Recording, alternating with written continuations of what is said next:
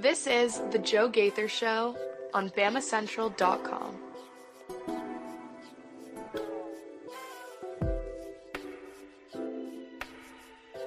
Good afternoon, Tuscaloosa, Internet World, West Alabama. How are you doing today?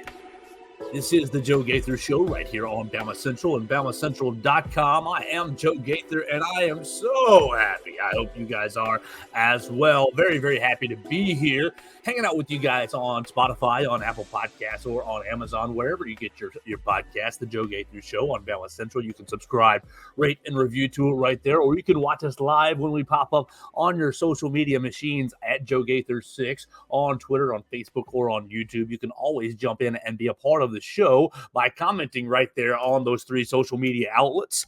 We're going to have a fun show today. It's Monday, and how sweet it is. I've never had a sweeter Monday. I hope you have had a sweet weekend. We're going to talk Alabama basketball. Alabama basketball becomes one of the 16 teams in the Sweet 16 after a great weekend, a fun weekend, a wild weekend of NCAA tournament action. We're going to talk about that. We're going to talk about Kim Mulkey and John Calipari at the end, but basically all of this is going to be focused on the Alabama basketball weekend. The last time we talked to you guys, we were heading into the Charleston game, and I was giving you my nerves, my feelings, my fears. I thought that Alabama was going to win, but it was not going to cover that 9.5-point spread. Alabama puts that embarrassingly aside, wins 109-96 to get out of round number one, and really had a strong performance against College of Charleston. And then you get to Grand Canyon last night, right there on TBS out there in Spokane, Washington, against all those AI generated people, the pay for play, I guess the paid actors who were in the crowd cheering on the Grand Canyon Antelopes. Made it a road game, but no, Alabama perseveres and plays one of the ugliest games of the year in a win. 172-61, getting to the Sweet 16, and there's a lot to get into over the weekend. And if you have anything that you want to touch on for the basketball or outside of that, you can jump into the comments at Joe Gaither 6 on Twitter, on Facebook, or on YouTube as we are live right now. But I'm going to start with my big takeaways from the weekend is this. Look, you are back-to-back Sweet 16s for the first time since Wimp Sanderson was the head coach of the University of Alabama. Now, what are the similarities? You've got a relentless recruiter in Coach Sanderson and Coach Oates, and you've got the plaid jackets. Outside of that, not a whole lot of similarities. I mean, both demanding high effort out of their teams, but Alabama basketball is as healthy as it's been in 30 years, really. And no matter what happens to this point, you're going to play number one seed North Carolina on Thursday evening out there in Los Angeles. No matter what happens to this point, you have had a successful year, and it's silly. It's silly to look at the season that way, to boil the season down to just 2 games. But you didn't win an SEC regular season championship. You can't hold that as a feather in your cap. You can't hold an SEC tournament title in the feather in your cap. You had a good year. You got a 4th seed. So really, did the season come down to 2 games? Maybe, probably it shouldn't have, but I guess it sort of did to some of the simple-minded, like some of the baseline fans. But Alabama prevails, and Alabama basically makes it a successful season by beating Charleston and really handling them. You go into halftime, and you're up 34 points at halftime. What was it, 51? It was you held them to 34 points. Excuse me. You were up 17 at halftime. It was 34-51, right? Yeah, at halftime. So really, you started off the game, and you started off your NCAA tournament performance with a really nice showing. Like, look, you're the favorite. You're supposed to be beating Charleston. Like, you shouldn't be beating your chest and claiming, national championships for beating Charleston. But it's good to go out and set the tone. What do some of the good teams in this tournament do? What did UConn do in round 1 and round number 2? They wiped the floor with their opponents. You could have messed around with your opponent like Kentucky and let Oakland bite you and get you in the first round. You could have messed around with your opponent like Yale, like our friend Kenny the Jet Smith has been touting on TV. Yale beating the Auburn Tigers. So, it could be you could flip the script, and it could be Alabama going home to Charleston. So, like, look, is it the hardest first-round game? But no, but the other 4 seeds all played 13s as well. Yale beat Auburn. You saw a lot of upsets. 14 seed Oakland beat Kentucky as well.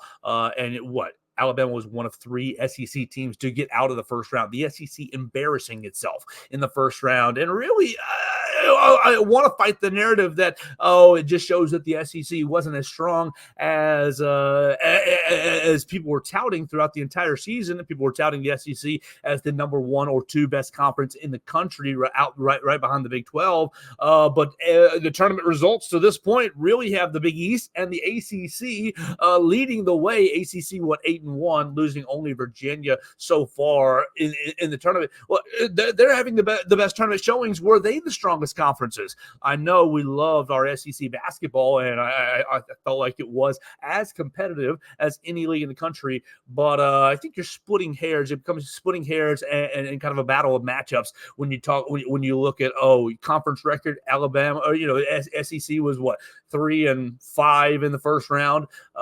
Is that terrible for the league? Yeah, it is. Does it mean that the league was not as good as people said? No, I don't think so. I don't think that's it at all.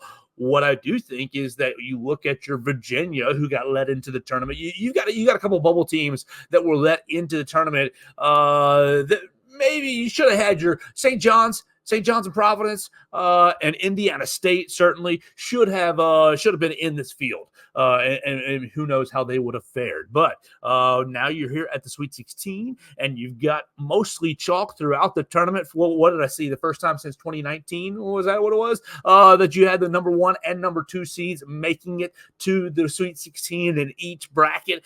So it's going to be a fun Sweet 16. It's going to be loaded. It's going to be absolutely loaded, and I cannot wait for it. But really, just impressive to me for Alabama, everything that they went throughout the year. I mean, we've touched on it throughout the year a dozen times. You lose who you lost into the NBA in Brandon Miller and Noah Clowney and Charles Bediako, and you lose who you lost in the transfer portal and Namari Burnett and Javon Quinterly, and you see some guys in other places doing well, and you wish them well, but you lose who you lost on the bench with your assistant coaches. They're all taking head coaching jobs, and they're doing getting off to their first season. Some of them better than others. We see you, Brian Hodgson, and hopefully Charlie Henry and Antoine Petley can continue to build on their first year. But you lost all the assistants. You brought new assistants in, and you competed for the SEC regular season championship. I mean, down to the last weekend, second to last weekend, basically in that Tennessee game. You didn't really, unfortunately, we got to be honest with ourselves. You got to be honest. You didn't really compete for an SEC tournament title. You were one and done up there in Nashville and really put on kind of a dismal effort, if I'm being honest. First 4 minutes of that game against Florida were amazing, but a dismal effort after that. And so, you battle, you put yourself. You're a real program. You're battling with the top end teams in the country. This is your 3rd Sweet 16 in 4 years. And Nate Oates, you look at the recruiting class that's coming in. You see everything that he dealt with, all the adversity that he dealt with this season. And obviously, you're going to deal with departures here in a couple of weeks or maybe in 7 days. Depends on what happens out there in Los Angeles. You're going to deal with departures. But what's incoming and what you think you're going to retain, I think sets you up for consistent success next year as well, competing for an SEC tournament or regular season title. Performing well in the non-conference. You're probably going to play in that NIL tournament out there in Las Vegas, and maybe you win it like that. You're going to have a highly talented team. I think that what you've got right here in this Alabama basketball program is a picture of consistency, a picture of a program that can, fight through adversity and, be kind of move and shift and deal with problems. I mean, you saw Alabama all year long. Oh, we got to get the defense right. Oh, we got to get the defense right. You hold Charleston to what? 13% from behind the 3-point line in the first half to really set the tone. You break out on them in the second half at the 17-minute mark in the second half. You're like, oh, Charleston cuts it from 17 to 15, and Alabama kind of messes around for a minute there, and then stretches it back out to 20. Charleston takes a timeout, and throughout the entire second half, you stretch it to 31 before you let the foot off the gas. Basically, the defensive maturity.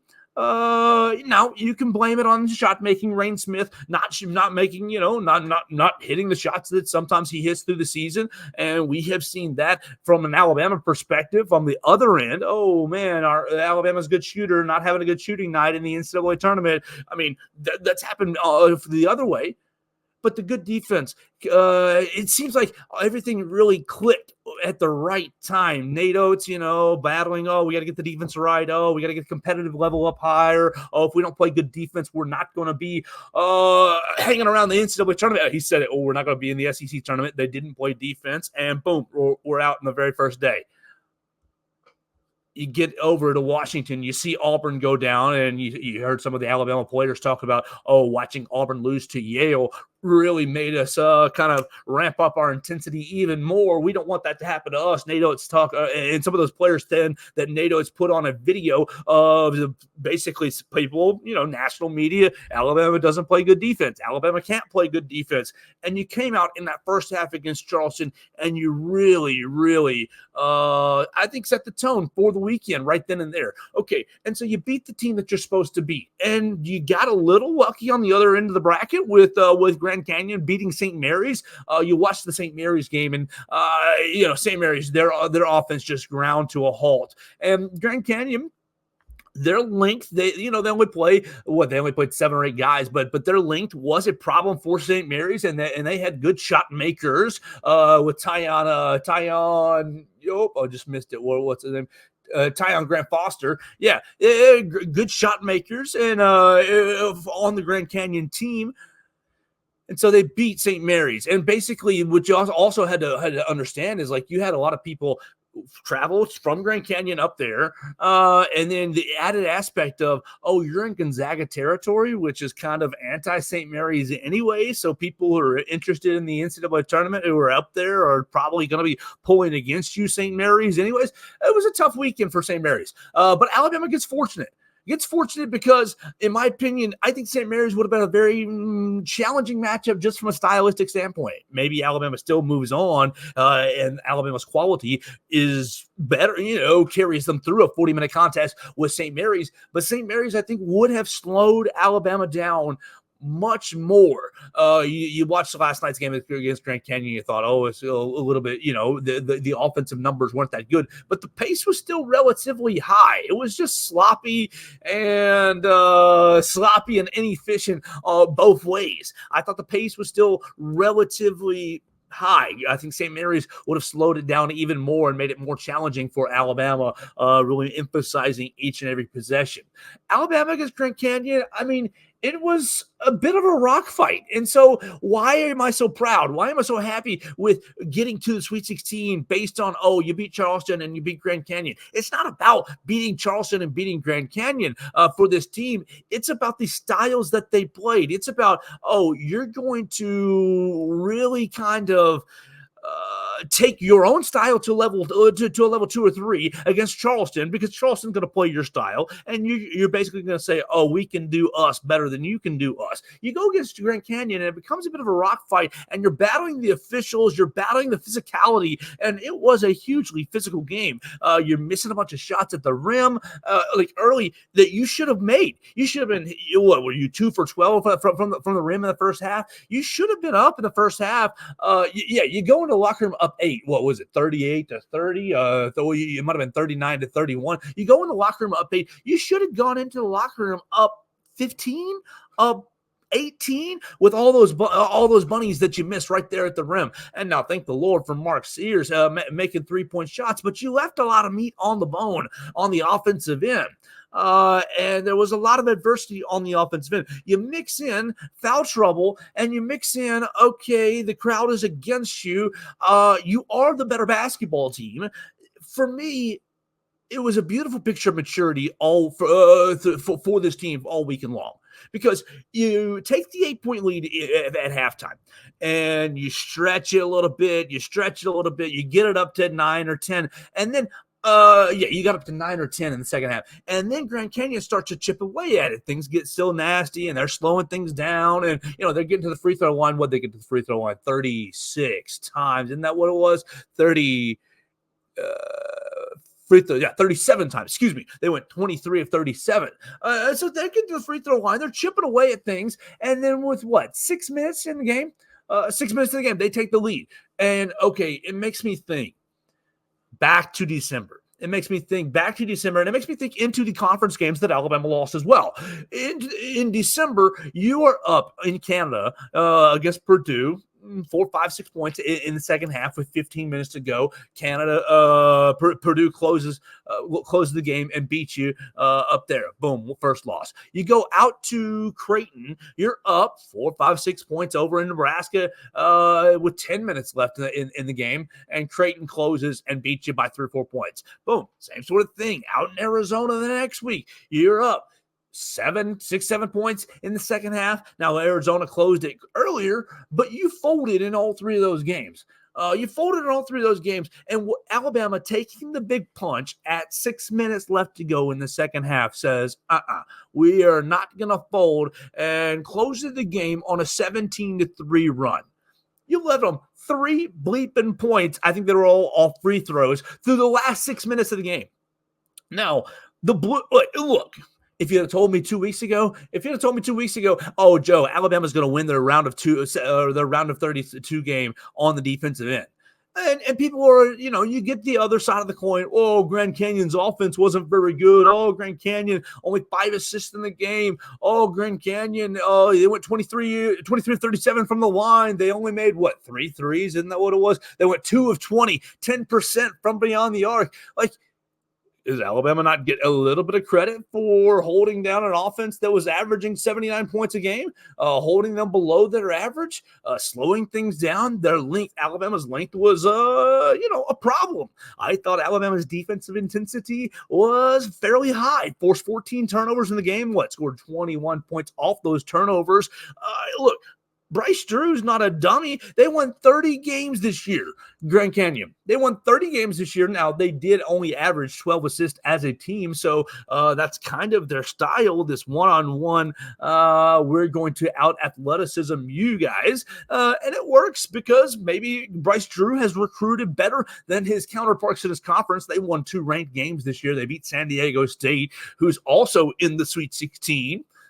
So, it's not a terrible basketball team. I think that really a combination of the officials, a combination of Alabama's effort, and really just the moment made it into kind of an ugly game. And really, honestly, we're looking at Grand Canyon. I think this was their second tournament appearance as a program. You're looking at Grand Canyon. Maybe this is just a step for them as a program. It was a little too much for them. Obviously, their fan base was big enough to travel. We'll see how they continue to do. But Alabama getting into the second round, largely in part from its defense. I mean, you shot the basketball 24% from beyond the arc against Grand Canyon. 24%.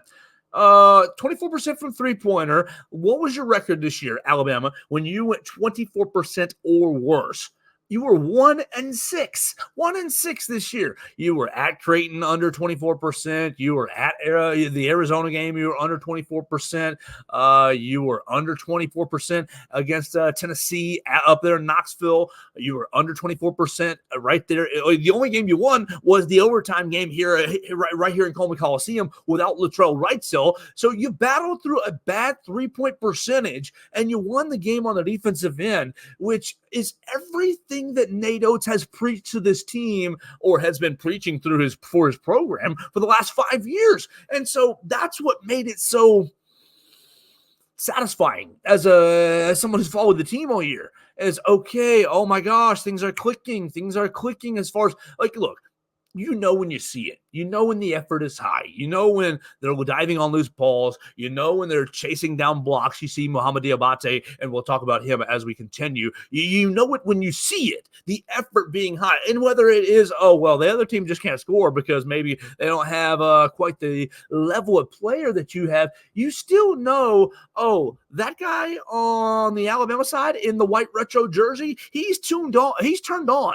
You can see what their levels of intensity are. And I thought that this weekend, the 2-game set was probably the best we've seen out of this group all season long, and it manifests in a trip to the Sweet 16 to Los Angeles. And so I'm just impressed. I'm impressed with Nate Oates. I think that you should be as well. And really, at this point, you roll the dice with house money. You look at the rest of the Sweet 16 field and you think, oh, bleep, you're 0-6 against the rest of the Sweet 16 field. Yeah, you get 2 losses against Tennessee in there, but you lost to Arizona, you lost to Purdue, you lost to Creighton, and who else sneaks in there? Oh, the SEC Tournament SEC Challenge victor, Clemson, who came in and beat you on a Tuesday, Wednesday night. The tennis court match, unbelievable. Unbelievable field for Alabama, and unbelievable job scheduling once again for Alabama. People ask, oh, why is Alabama a 4 seed with what were they, 20 something wins this year? Not an amazing record, 22 wins, not an unbelievable record. I'm just making that up. That's not who was that the record? 23-11. Okay, no, I wasn't that far off. That was right off the top of my head. 23-11. Like, that's not 30 wins like Grand Canyon had. That's not 32 wins like 33 wins like UConn has. But why are they in the tournament as a 4 seed? Because you scheduled so hard. I mean, yeah, you kind of get a little lucky with the ACC SEC Challenge working out that way for you, that Clemson is on an upswing and having a good season. And you get a good opponent. Like, obviously, you want to win that game. But, like, you look to the field, Oregon, you played and you beat Oregon, you basically took Creighton to the wire. So, like, it's a great field. Alabama challenged itself throughout the season. And at this point, I think you're playing with house money. I think that really, look, you are 40 minutes away from getting to the furthest you've ever gotten. Can you beat North Carolina? Maybe. I think that you are right there in that game. You look at ESPN analytics, and it's what, a 52% chance is what it gives Alabama, which that's a surprising factor. You look at Las Vegas, Alabama a 3.5, 4.5 point underdog in that game out there in Los Angeles. But look, I put you in an Alabama fan's shoes in November, in October, in August, and I say, look, bro, look, sis, whatever you got, look at all the things that have happened over the summer and all the things that have happened over the offseason. I'm going to give you a chance to go to the Elite Eight against the number 1 seed that you've beaten before, against the weakest number 1 seed, arguably the weakest number 1 seed left in the field, as a 4-point underdog, 2,500 miles away from their campus. It ain't gonna be a North Carolina home game. Do you want that bet? Do you want that choice? And back there in November, back there in September, before the season, I think everybody says, yes, give me that right now. We'll take whatever road we have to go on to get here. And yeah, Alabama's taken some bumps, especially in late February. Had a bit of a slump and some rough patches with some health. But you're in the Sweet 16, Alabama, and I just think it's an impressive feat, no matter what road you had to go to get there. And maybe, who knows if they can beat North Carolina, but from my eyes, it seems like Alabama peaking at the right time. And look, so you go back to the end of the Grand Canyon game. I want to talk about Mohamed Diabate. Mohamed Diabate fasting right now. When's the last time you ate? Whatever time you're listening to this or watching this, we're recording this at 2:50 in the afternoon, and it's middle of the day. I ate 9 o'clock, 10 o'clock. I had me some lunch at a decent time. I've been sipping coffee, drinking water. Big old time. I got crackers in the pantry. I'm feeling good. Mohamed Diabate is not eating right now, along with Mohamed Wagi. Not eating at the moment. They're not eating during the sun. Basically, they're going through Ramadan, and he comes into the game. And look, I've been a huge Mohamed Diabate fan, really the last handful of months, because I think that he has the ingredient that this Alabama basketball team has really, really been lacking. The toughness, the engine factor. Basically, every time he plays, he's on level 10. He is not really an offensive.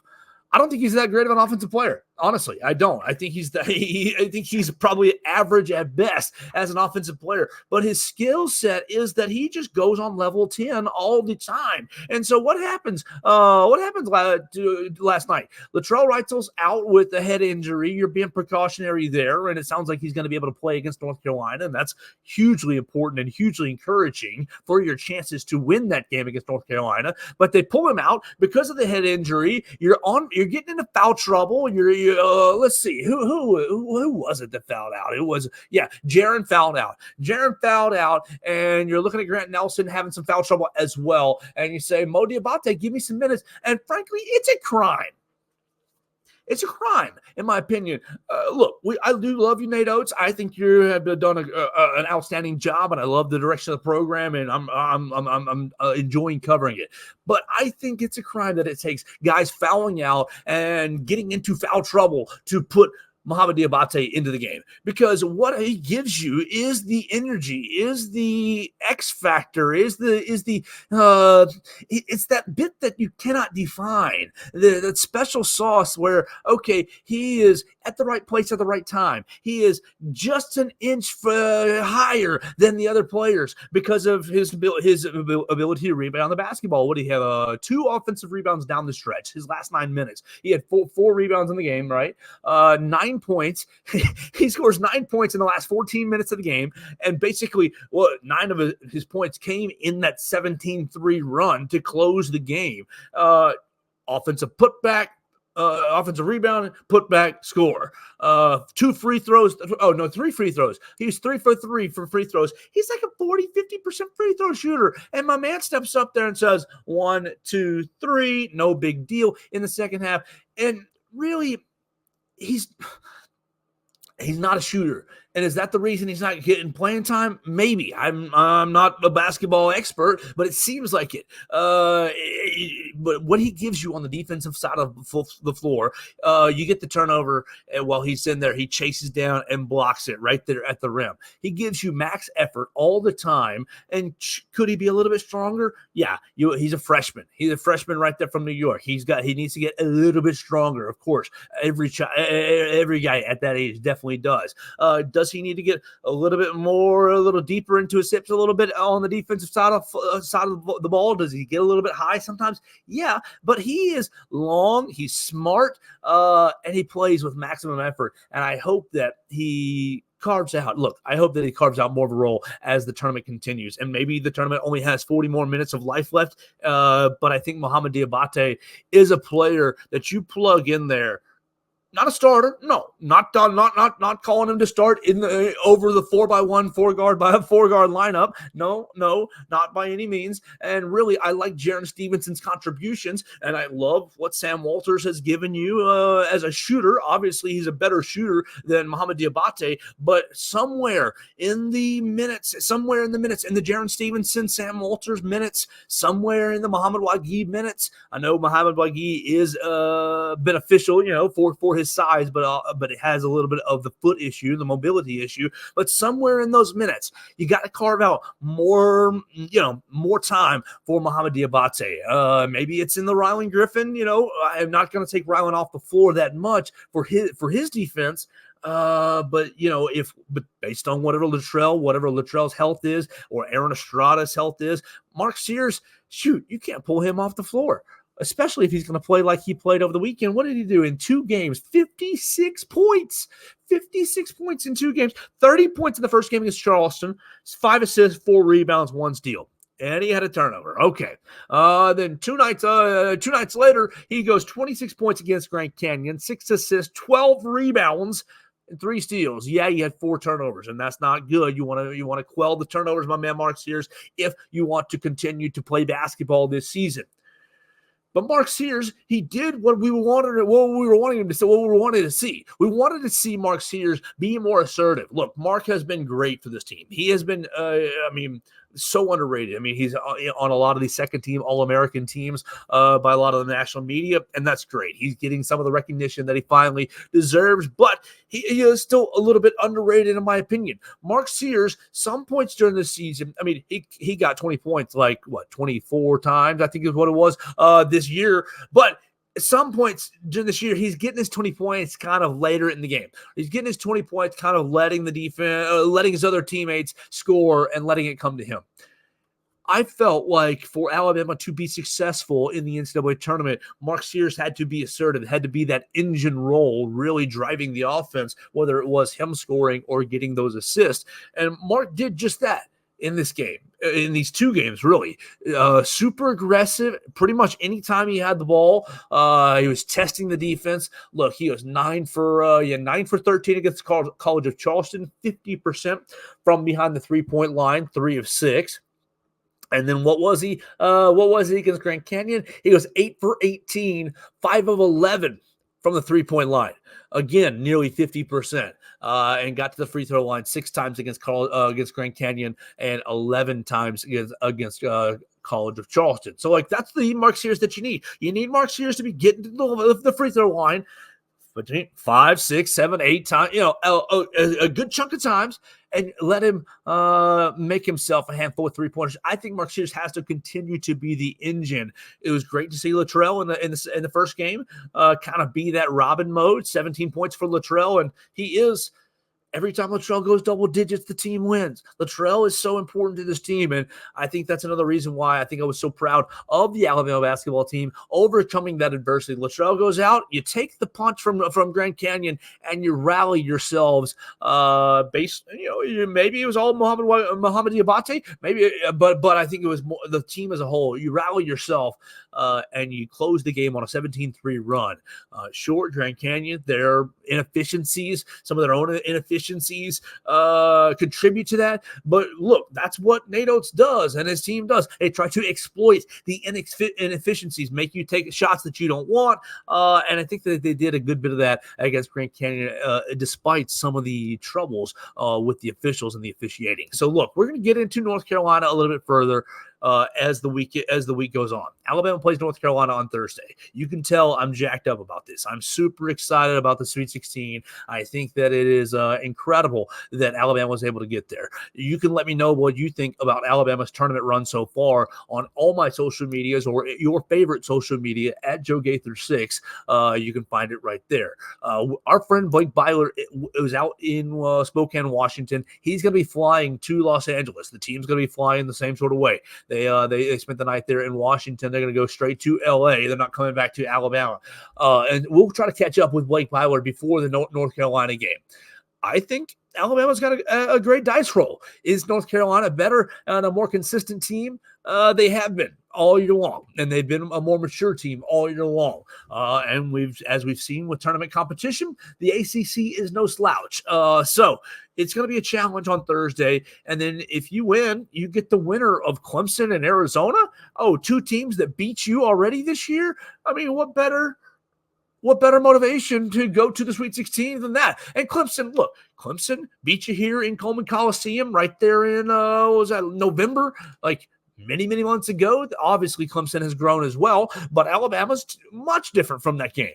Now, it won't be in Coleman Coliseum, but much different. And then if you get Arizona, you're not going to be playing in Arizona's backyard. Obviously, you're still in the West in Arizona. That's a much closer trip for their team and their fan base. So they'll have a little bit of an advantage there. But another great chance to rectify your wrongs and have for a chance at the Final Four, for a chance at school history. And look, how crazy is that? If you'd have told us a couple weeks ago, oh man, Alabama, you've lost 3 of your last 5. You've lost your SEC SEC regular season championship. Oh, you've gone out in the first round of the SEC tournament. Oh, and now you are a couple of steps away from school history and a couple of not so crazy steps. Now, North Carolina is the favorite, and Arizona's probably going to be the favorite if Arizona is the matchup. But that's not going to be it's not that crazy. It's not that wild it's not that wild to think that Alabama could beat North Carolina, could beat Arizona or Clemson to go to the Final Four. So you're right there. And we're going to celebrate it and talk about it all week long on the Joe Gaither Show right here on Bama Central and BamaCentral.com. Oh, let me see how my notes are. I hit the Mark Sears. I hit maturity. I hit the 25% from three-pointer. Held Grand Canyon to 10%. How many missed layups to open the game? Muhammad Diabate, fasting. Latrell Wright's on his head injury. Look, what do you think about the officiating? I don't like to blame officials, and I was trying not to get frustrated by it. I listened to the Sunday game, the Grand Canyon game, on Crimson Tide Sports Network with Chris Stewart and Brian Pasnick. They were great. I synced it up with the television. It was awesome.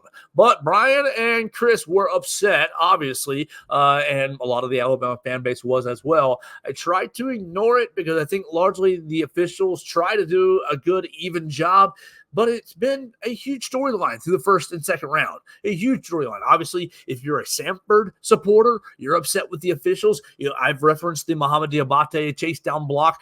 Look, it was, if to the naked eye, I might have called the Muhammad Diabate chase down block a foul over the Samford chase down block. Honestly, and both were clean. Both were clean, and it was a bad call for Samford. And you've seen just complaints from a lot of the fan bases. Look, I know we like to poke fun at Auburn a little bit, but Auburn kind of got a tough whistle with Jedi Broom. Like Jedi Broom just really, in a couple of instances, was punished for just being bigger than the opponent, than his Yale opponent. What was his fourth or his fifth foul? I don't know if he fouled out, but one of his later fouls came on an offensive rebound where he was just bigger than the Yale opponent. But because he was bigger, he goes pretty much straight up for it and ends up getting called for a foul on the Yale defender. I thought the officiating throughout the tournament, whether you're for Alabama against Alabama, whether you're for Auburn against Auburn, for Samford against Samford, or any of the other teams that were eliminated or still surviving, there's been questionable. It's been tough. It's been tough to say the least. And so I know it's a difficult job. I know it's not an easy job. And I don't like to really criticize officials because I think that they're mostly out there trying to do their best. And these athletes are moving at a extremely high rate. But it's just, it's got to get better. You got to get better across the board. You don't want a lot of these games coming down to, judgment calls by officials, missed calls by officials, and really, what you want is consistency. That's what Coach Oates. Look, Coach Oates gets a technical foul last night, and the Alabama bench gets a technical foul. I honestly thought that Coach Oates might have got a second. Was on his way to getting a second technical foul, but what it seemed like from our man Blake Byler, who was on the sidelines, and you can follow Blake Byler at Blake Byler 45 as he's out in LA. But Blake Byler basically was sitting behind the bench and saying that Nate Oates was calling or asking for consistency. Just what you call on one end, call it on the other. Call it the whole game that way. You don't let 2 or 3 minutes go by where it's a wrestling match, and then let 2 or 3 minutes go by where every ticky-tack foul gets called. Like, just be consistent. If it's going to be a wrestling match, let it be. That kind of sucks, but just let it be. Or if you're going to call every ticky-tack foul, do that so that each side can adjust accordingly. Alabama's moved on to the Sweet 16, so I'm not really crying and moaning about the officials. And a big part of me wants to say, boo-hoo to all the people who went home and want to point out, this bad call or that bad call. But I'd be a fool to ignore it. It'd be a fool to ignore the missed calls that have happened in this tournament. And you just got to you just got to hope for better as we move into the Sweet 16 and Elite 8 rounds, whether Alabama's a part of that Elite 8 round or not. Look, if you get beat on the court, that's okay. That's one thing. That's part of it. But you don't want the officials to really step in and have their say in things, and I think they did so a little too much in round number 1 and 2. But I also think that some of us get a little bit inundated with the officiating and with officiating calls. When you get into your echo chambers on social media, you can be like, oh man, everybody's upset about the officiating, and it might only just be like 3, 4, 5, 7, 8 people.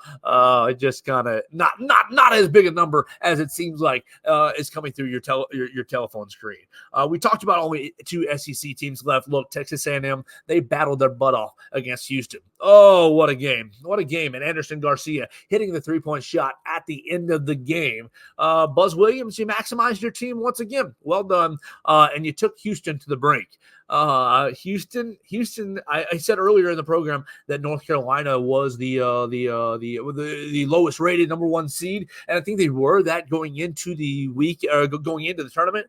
But at this point, it seems like to me that Houston is the most vulnerable, number 1 seed left. Who they've got left? They've got Duke coming up next. So it's going to be a fun Sweet 16. Look at this. I mean, it's powerhouse after powerhouse. Rematch of last year's national championship game, UConn and San Diego State, Houston and Duke, Illinois and Iowa State. I mean, you got a weird one there with NC State and Marquette, but NC State being the only double-digit seed to get to the Sweet 16. You got big brand Purdue and Gonzaga. I think that Creighton Tennessee game is going to be a lot of fun. I think Tennessee's going to win. I picked them in my bracket, but I think it's going to be a really high level basketball game. So we're in for a great week of basketball. We'll make our picks as we get into a little bit deeper in the week. We hope that you guys are getting ready for the weekend, for the next round in whatever way you want to. We'll talk about spring practice a little later, as today's mostly focused on basketball. We're going to hit 2 more topics and do a quick little recap of this other spring sports to close out the day. Let's talk about Kim Mulkey. Let's talk about Miss Kim Mulkey. Oh my gosh, you surely have seen the LSU women's coach addressing this Washington Post story that's not even out yet. And Kim Mulkey, look, she just makes my skin crawl. Is she a successful coach? Absolutely. Incredible coach. Incredible winning coach. Great winner. What a winner she is. Absolutely. Was she a great player as well? Absolutely. She was a great player. Highly talented, highly driven. Give her flowers on the court. But every time she speaks, every time words come out of her mouth, she just gives me the heebie-jeebies, and she gives me the feel of, I am not a nice person. And whether you value that or not in your coach is one thing, and that's fine. You don't have to value that. But a lot of things that she said leading up to this story were funny to me. She talks about this Washington Post reporter doing a hit piece on her, but it hasn't even come out yet. So how does she know that it's a hit piece? Oh, well, she knows what it's about because the Washington Post reporter sends a list of questions to LSU and to Kim Mulkey to answer. When? Last Sunday. Oh, I don't have enough time to answer these. He gives me a Thursday deadline. We're getting ready for a first-round game. But come to find out, she also complains that he's been chasing this story for 2 years. So it's not like she's been on a 4-day deadline the week before the NCAA tournament gets started for the women. No, she's had 2 years to meet with this guy. Now, does she go after shady journalistic practices? Yes, you got a point. She says, "Oh, I've got former coaches of mine saying that this journalist is sitting with me on the phone to kind of get credibility when they're not. If they're lying about that, okay, yeah, you got a problem there. But really, Kim Mulkey comes off so defensive that I'm already going to believe whatever is going to be in the story. She says, oh, I'm going to sue. I challenge you. You better not post anything about me. I'm going to sue. Oh, look, you think that you're writing for the Washington Post and you're going to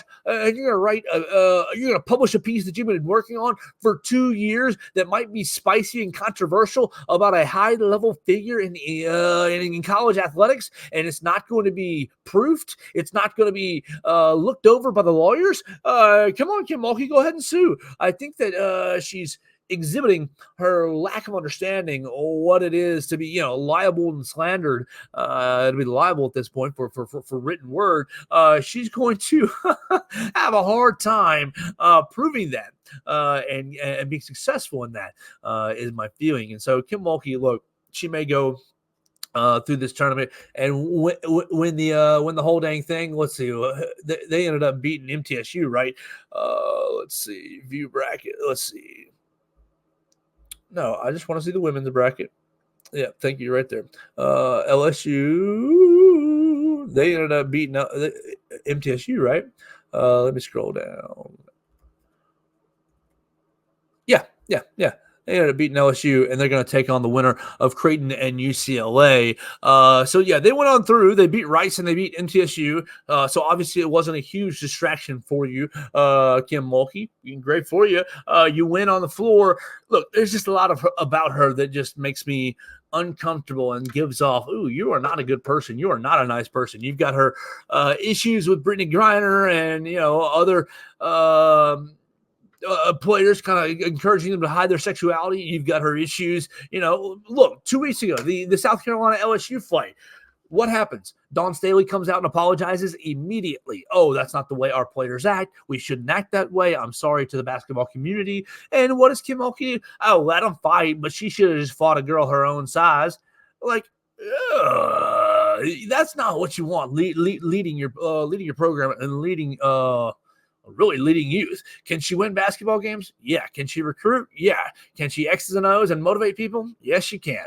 But I just don't know if that trade-off is good enough. I don't know if that trade-off is worth it. And I'm very, very excited now. I wasn't before, and I probably that story might have been published and never and gone on Twitter and gone on social media and gone on Facebook, and I might have never seen it. I might have never seen it. But now Kim Mulkey calling attention to this, no matter what it is, he could have. Oh, she's got 30 unpaid parking tickets. Oh, whoop-de-doo, who cares? But now I want to read it. I want to read about every one of those parking tickets. Now, it could be way worse. It could be something way worse. And I don't want to speculate because I'm not the writer and I don't know.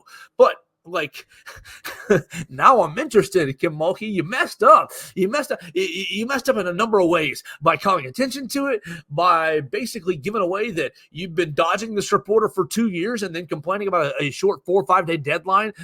No, honey, you haven't had 4 or 5 days. You've had 2 years to talk to this this reporter. And look, I understand. She said, "Oh, I'm not talking to him based on the principle that I don't like the way they treated Brian Kelly." Okay, that's fine. But you can't sit there and eviscerate. I guess it's funny to see. It's funny to me to see her go on the offensive before the piece is even out. Let's hit one more topic, big picture college basketball topic before we have a little roundup, and we'll close out of here for the day. Again, you can find us at BamaCentral at the Joe Gaither Show on BamaCentral on Spotify, Apple Podcasts, and on Amazon. We'd appreciate it if you subscribed, rated, or reviewed the program. We encourage you to subscribe to the Joe Gaither 6 on YouTube or the BamaCentral on YouTube as well. You'll never miss an episode, and there's a lot of great videos on BamaCentral's YouTube channel outside of my videos. You see me, but you'll also see a lot of great content from inside the locker room, specifically this past weekend in Spokane, and much, much more. Practice video from Alabama football and more. John Calipari, is he getting fired or not? I think at this point, now that it's Monday in the middle of the afternoon, that he's not going to be getting fired. It sounds like he's going to be still doing his traditional radio show this evening, and that doesn't mean anything. But oh man, the noise and the heat is up in Lexington. This should give you encouragement if you're watching us from an Alabama perspective or listening to us from an Alabama fan perspective about Nate Oates and that contract extension. You saw Michigan fill their contract, fill their vacancy with Dusty May, the Florida Atlantic coach. Louisville, I think, is still open, still vacant. Vanderbilt just hired a coach. Who did they just hire? Vanderbilt hired a coach like literally right before I hit live. Vanderbilt will hire James Madison coach Mark Byington. So obviously Byington just took JMU to the round of 32, losing to Duke. 2 days? Yesterday before the Alabama game, they lost to Duke. But he's going to be the new Vanderbilt coach. If Kentucky fires Calipari, if they fire Calipari first, it's going to cost them $33 million. And so that's a huge decision. And that makes me think that they're not going to do it. But if they did, it'd be another $18 million before they even negotiated with NATO. They had to buy him out at $18 million. So a huge price tag if they wanted the Alabama coach. So I don't think that's going to happen. But very interested to see what happens in Lexington. There's some spicy reports going on that their NIL is not really as organized as previously advertised, and that Calipari is still in the Stone Age in a lot of things. I respect Cal as a recruiter. I respect him as a program builder for sure, but as an in-game coach, not necessarily the best. In-game coach, he's going to have to step it up, get himself some assistants who can help him on the X's and O's side if he's going to stay in Lexington. But that's going to be a lot of fun to monitor, really just from a neutral standpoint, because look, it's Kentucky, it's a blue blood. Anytime a blue blood fires a coach or might fire a coach, it's going to catch my attention. So we will continue to watch and find out if Coach Calipari is going to stay or go in Lexington. They've got a great recruiting class. I know Alabama's recruiting class is number 6 in the country, but Kentucky's is like 1 or 2 or 3, and has a ton of heat in it. So are they going to potentially lose that if they fire Calipari? They might, and that's what makes that's one of the layers that makes this thing so interesting to me. We'll keep following Alabama basketball. Look, unfortunately, the Alabama women lost in the round of 32 to number 1 seed Texas. We want to congratulate Coach Christy Curry. We want to congratulate Leah Nye. We want to congratulate Sarah Ashley Barker. We want to congratulate the entire team, Essence Cody, everybody over there for their season. They received a number 8 seed. They beat Florida State in round number 1, and then they ran. I mean, look, the way the NCAA tournament is for the women, their sights are on basically the home sites of the higher seeds. And so obviously it was a road game playing the number 1 seeded Texas Longhorns and coming up a little bit short, but showing a lot of good fight and really took another step forward, I think, as a program, getting back-to-back tournaments and getting to the second round for the second time in 3 years. So good job for the ladies. A second time in 4 years, I think, getting to the second round. So good job for the ladies. And we'll see if Christy Curry continues to grow as they head into their off season. A little roundup for the spring sports, as we have barely covered the spring sports because we've been in postseason basketball mode and spring football. Baseball took a hard weekend, losing to Georgia. Look, they were canceled. They were rained out on Friday. They had double-headed on Saturday and had a walk-off grand slam. Georgia walked them off in the first game, and then beat them in the second, and then beat them on Sunday as well. So Alabama 0-3. Oh, that's really tough. After a great first weekend beating Tennessee 2-1, 2 games to 1, it lost to Georgia 3 games to none. And so not a great response. Alabama's going to be taking on South Carolina this weekend. That's going to be at home right here at the Joe. So you'll want to get your tickets for that SEC game to see if they can bounce back. Look, it wasn't like Alabama wasn't in any of these games over there in Athens. Their offense kept them alive in a lot of these games. You're going to have to just tighten up the pitching a little bit.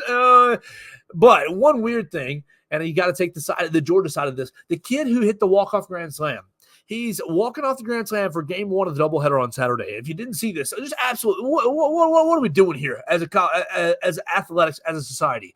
He's just walked off Alabama at home, and yeah, does that stink from an Alabama perspective? Yes, but look at this from a sports perspective. The young man has just walked off a conference rival, and he's flipped his helmet in the air. He's running the bases, hitting them all, and the umpire ejects him for excessive celebration, and so he can't play in game number 2 of the doubleheader. What are we doing here? I'm sorry, it's an emotional game. We've all talked about how challenging SEC baseball is. Look, it is. You want to talk about SEC football? Oh, man, the toughest league? Okay. SEC basketball? Oh, it's the toughest league? Okay. It really is in baseball. It really, really is in baseball. When you look at Division I baseball rankings and literally any rankings, and you see SEC team littering the top 25, like 9 of them, all throughout the top 15. And so you just got a huge SEC win at home. It's early in the season. It's kind of a tone setter for the rest of the weekend. And you're going to throw the young man out for excessively celebrating. Look, I know it's in Alabama's face, and doesn't that stink? Yeah, sure. But come on, it's an emotional moment. It's a big moment, and it's not like it's in the middle of the game either. It's at the end of the game. It's the game ender. It's like so. It's like, okay, we're not excessively celebrating a first down in the middle of the game. No. This is a walk-off touchdown. Dude, walk-off touchdown, pop your helmet off, and pop your helmet off and do the worm in the end zone. Like, whatever you want to do at that point. And so just absolutely disappointing, just from a competitive standpoint to see that. But disappointing from an Alabama standpoint, losing all 3 games in Athens. From a softball standpoint, softball went 1-1 against Virginia Tech. Seemed to be battling, trying to find themselves. We'll see if they can get above 500 in SEC play. And then last but not least, gymnastics finished second place in the SEC championships down in New Orleans this weekend. And they have qualified for the NCAA tournament, NCAA postseason. They're going to the Michigan regional round, where Oklahoma, unfortunately, is. And Oklahoma, very, very, very good. They're probably going to take one of those spots out of that Michigan regional, and maybe Alabama can sneak out of there and get to the NCAA championship round in their postseason. But we'll keep following all the spring sports and following gymnastics as they close their year. We want to encourage you to follow our friend Katie Wyndham at Katie Wyndham _ as she's all over a lot of those sports. Follow our friend Blake Byler. He's out in the West Coast. He's hitchhiking from Spokane to LA. He'll be there by Thursday to cover the Alabama Crimson Tide. Make sure you listen to him on Blue Collar Unplugged, their program. Matthew Gibson, Blake Byler, and Jacob Pickle. Jacob Pickle was also out there in Spokane watching Alabama advance to the Sweet 16. I've had a great time with you guys today. I hope you've had a fun time as well. You can tell a friend about the show, the Joe Gaither Show on BamaCentral. You can subscribe, rate, and review the show on Spotify, Apple Podcasts, or on Amazon. And you can follow me on social media because I post it on YouTube, Facebook, and Twitter at Joe Gaither 6. I'm also on Instagram and any other social media that you like at Joe Gaither 6 as well. Make sure you follow BamaCentral. We're undergoing a lot of changes at the moment, and we apologize for that, and we appreciate everybody who's sticking with us and reading us at BamaCentral. You can read us at BamaCentral and BamaCentral.com. You can always follow us at social media. That's the easiest way to find all our links. On X at BamaCentral, on Facebook for now at Alabama Crimson Tide on Sports Illustrated, and then we're also on Instagram at BamaCentral SI. So that's going to do it for our show today. We appreciate everybody watching us. Golly, what a sweet time. The Crimson Tide is in the Sweet 16, and we'll be back to talk about it all as we continue this week right here on the Joe Gaither Show on BamaCentral and BamaCentral.com. Thanks for joining us on today's edition of the Joe Gaither Show on BamaCentral. Keep up with Joe on all his social media pages at Joe Gaither 6. Subscribe, rate, and review the show on Spotify and Apple Podcasts, and be sure to read us daily at BamaCentral.com.